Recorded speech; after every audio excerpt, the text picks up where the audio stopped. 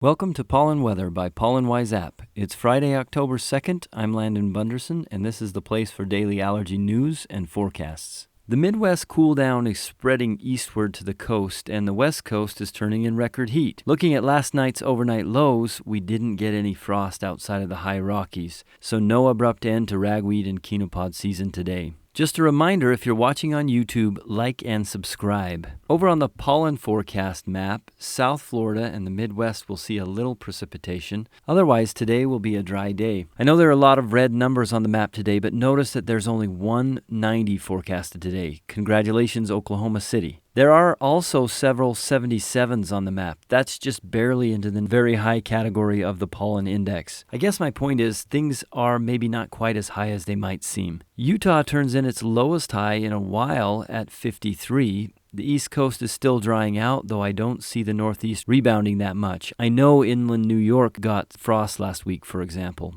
On the other hand, if Birmingham is still turning in 80s, Atlanta still has some 80s left. California looking pretty great, especially San Diego. Over on the mold forecast, Oklahoma City is still forecast to be very high, but not quite that 100 of yesterday. Phoenix, Sacramento, and Fresno have very high mold. Fairly reasonable in the southeast. We're watching for mold to really take off because of all that rain. Maybe that will happen over the weekend. The air quality map is showing another terrible day in California. There's also a fire that's crept up between Wyoming and Colorado. The Northeast has also got its share of problems, and I believe that's ozone. Today's feature is our 5-day pollen trend map. This is a comparison between the last 5 days and the 5 weekdays that preceded them. This gives us a general idea of the way that the season is trending. That dark green in the north center of the map is a welcome sight. That's a heavy decrease in the amount of pollen measured for that region. The Midwest and the Southwest and the South Central U.S. have experienced a mild decrease. Maybe this is the downward trend we were hoping for a week ago. The Southeast and the Northwest have experienced a mild increase.